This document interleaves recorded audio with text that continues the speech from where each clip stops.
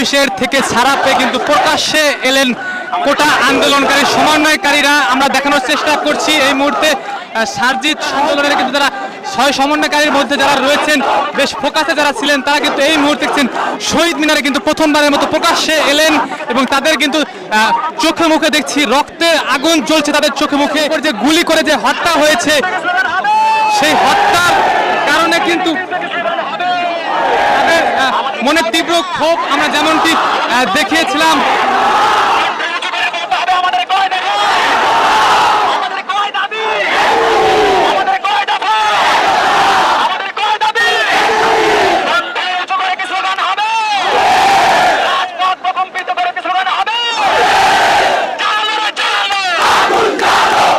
কৃষক আবারও কিন্তু ডিবি কার্যালয় থেকে ছাড়া পেয়ে 6 সমন্বয় কিন্তু আবারও মাঠে নেমে এসেছে এবং তারা কিন্তু কঠিন হুঁশিয়ারি দিচ্ছে একের পর এক এবং তাদের কাছ থেকে যে ভুয়া তথ্য নেওয়া হয়েছিল এগুলো কিন্তু তারা প্রকাশ করেছে এবং তারা কিন্তু আগামীকাল সরকার পতনের ডাক দিয়েছে এবং ব্যাপকভাবে কিন্তু এই ডাকে সাড়া পড়েছে। পুলিশের থেকে ছাড়া পেয়ে কিন্তু প্রকাশ্যে এলেন কোটা আন্দোলনকারী সমন্বয়কারীরা। আমরা দেখানোর চেষ্টা করছি এই মুহূর্তে সার্জিত আন্দোলনের কিন্তু যারা 6 সমন্বয়কারীর মধ্যে যারা রয়েছেন বেশ ফোকাসে যারা ছিলেন তারা কিন্তু এই মুহূর্তে দেখছেন শহীদ মিনারে কিন্তু প্রথমবারের মতো প্রকাশ্যে এলেন এবং তাদের কিন্তু চোখে মুখে দেখছি রক্তের আগুন জ্বলছে তাদের চোখে মুখে। যে গুলি করে যে হত্যা হয়েছে সেই হত্যার কারণে কিন্তু তাদের মনে তীব্র ক্ষোভ আমরা যেমনটি দেখিয়েছিলাম।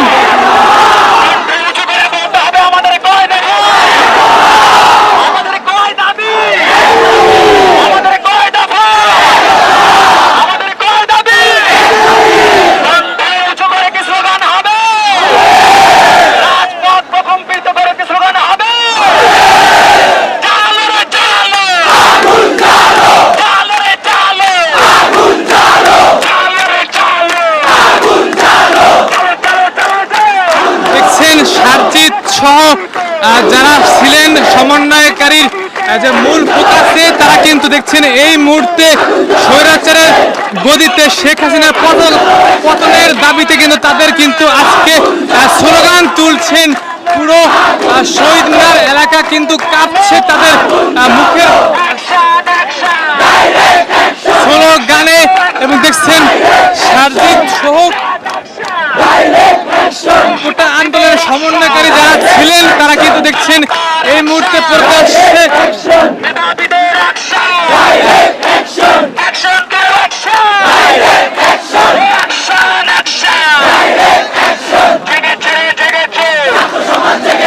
এবং তারা কি বার্তা দেয় দেখতে পুরো দেশবাসী তাকিয়ে রয়েছেন।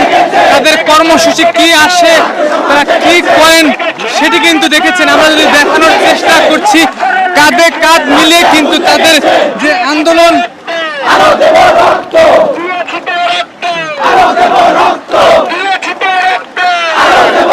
দেখছেন তারা কিন্তু বার্তা দিচ্ছেন দিয়েছি রক্ত আরো দেব রক্ত।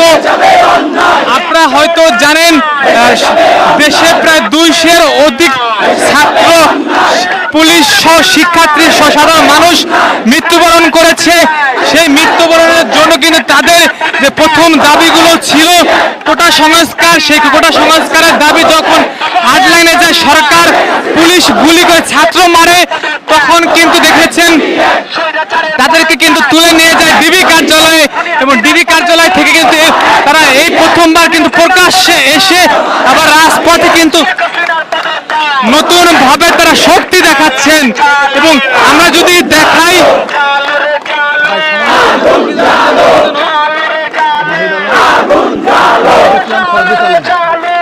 নাহিদ ইসলাম এবং সার্জিস আলম তারা দুইজন কিন্তু মেন ফোকাসের এবং সমন্বয়কারী। তারা কিন্তু এখন 9 দফা দাবি যে উল্লেখ করা হয়েছিল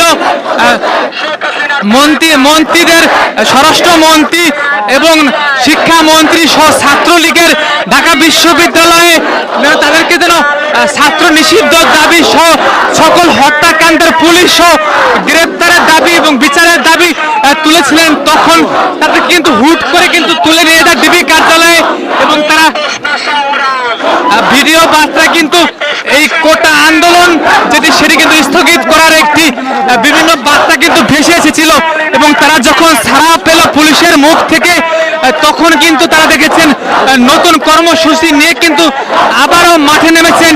শেখ হাসিনার পতনের দাবি, এক দফা দাবি, এবং সেই দাবিতে কিন্তু তারা দেখছেন এই মুহূর্তে স্লোগান তুলছেন।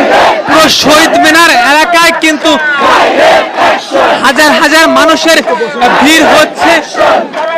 আমরা যদি দেখানোর চেষ্টা করি, ঘুরে ঘুরে দেখানোর চেষ্টা করি, শত শত মানুষ, হাজার হাজার মানুষ শহীদ মিনারে জড়ো হয়ে তারা কিন্তু আজকে সরকার পতনের যে ডাক, সেই ডাক দিচ্ছে। আপনারা যারা আমাদের সাথে যারা যুক্ত রয়েছেন তারা সবাই ভিডিওতে লাইক দেবেন, সাবস্ক্রাইব করবেন, কমেন্ট করবেন, আপনাদের বার্তা কমেন্টে জানাবেন। এই মুহূর্তে দেখছেন সাজিদকে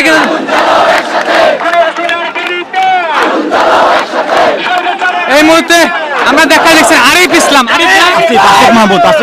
আসিফ মাহমুদ, তিনি কিন্তু এই মুহূর্তে দেখছেন আসলেন এবং দেখছেন বিভিন্ন শিক্ষার্থী তারা যারা ফেসবুকে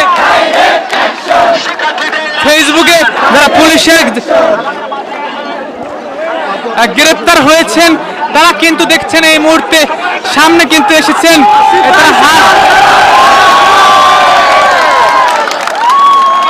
তারা প্রকাশ্যে এসে কিন্তু দেখছেন শক্তি দিলেন।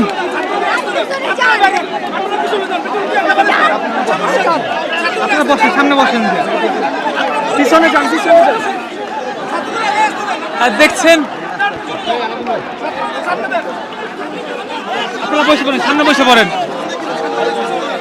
আর দেখছেন মানুষে কিন্তু পুরো গিজ গিজ করছে, তাদের যে আন্দোলন সেই আন্দোলনকে ঘিরে মানুষ কিন্তু রাস্তায় নেমে পড়েছে। সারা মানুষ তারা স্লোগান তুলছেন।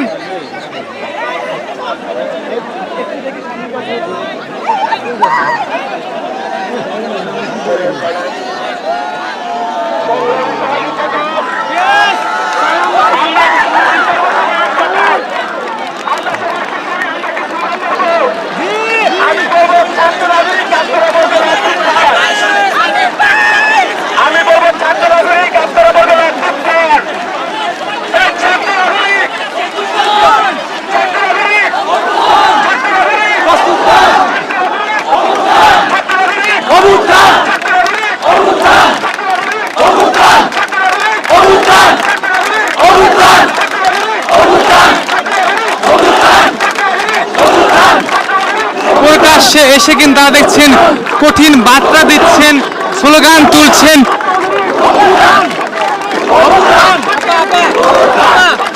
কি বলতে চান? ফিরে এসেছে, প্রকাশ্যে এসেছে, কি বলতে চান? বলতে চাই ওদেরকে ভালোবাসি, ওদের সাথে আছি সব সময়।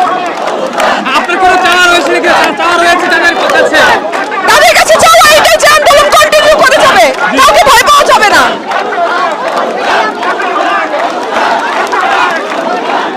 দেখছেন ছাত্রদের বুকে যে গুলি চলেছে সেটি কিন্তু আরো কিন্তু বেশ ফুলে ফেপে উঠেছে, স্লোগান তুলছেন এবং সমন্বয়কারী সবাই কিন্তু দেখেছেন এই মুহূর্তে চলে এসেছে।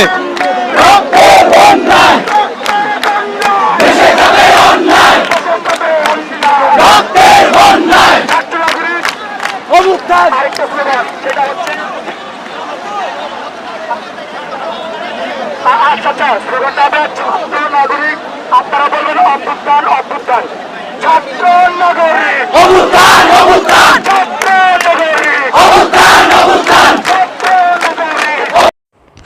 আশা করি পুরো ভিডিওটি দেখেছেন এবং বুঝতে পেরেছেন যে সরকারি তথা ছাত্রছাত্রীরা কিন্তু আবারও তাদের যে আন্দোলন সেই আন্দোলন চূড়ান্ত ডাক দিলেন এবং তারা সরকার পতনে কিন্তু ডাক দিলেন। অবশেষে প্রিয় দর্শক, আপনারা জানেন যে ডিবি অফিস থেকে কিন্তু সকল আন্দোলন কিন্তু প্রত্যাহারের ঘোষণা দিয়েছিল 6 সমন্বয়ক, কিন্তু সেই প্রত্যাহারের যে ঘোষণা সেটা ছিল জোর জবরদস্তি করে নেওয়া হয়েছিল, তা কিন্তু পরবর্তীতে 6 সমন্বয়ক বলেছে এবং আজকেও কিন্তু নতুন করে তাদেরকে আমরা দেখলাম এবং তারা আগামীকাল থেকে অসহযোগ আন্দোলনের কিন্তু ডাক দিয়েছে, সরকার পতনের ডাক দিয়েছে।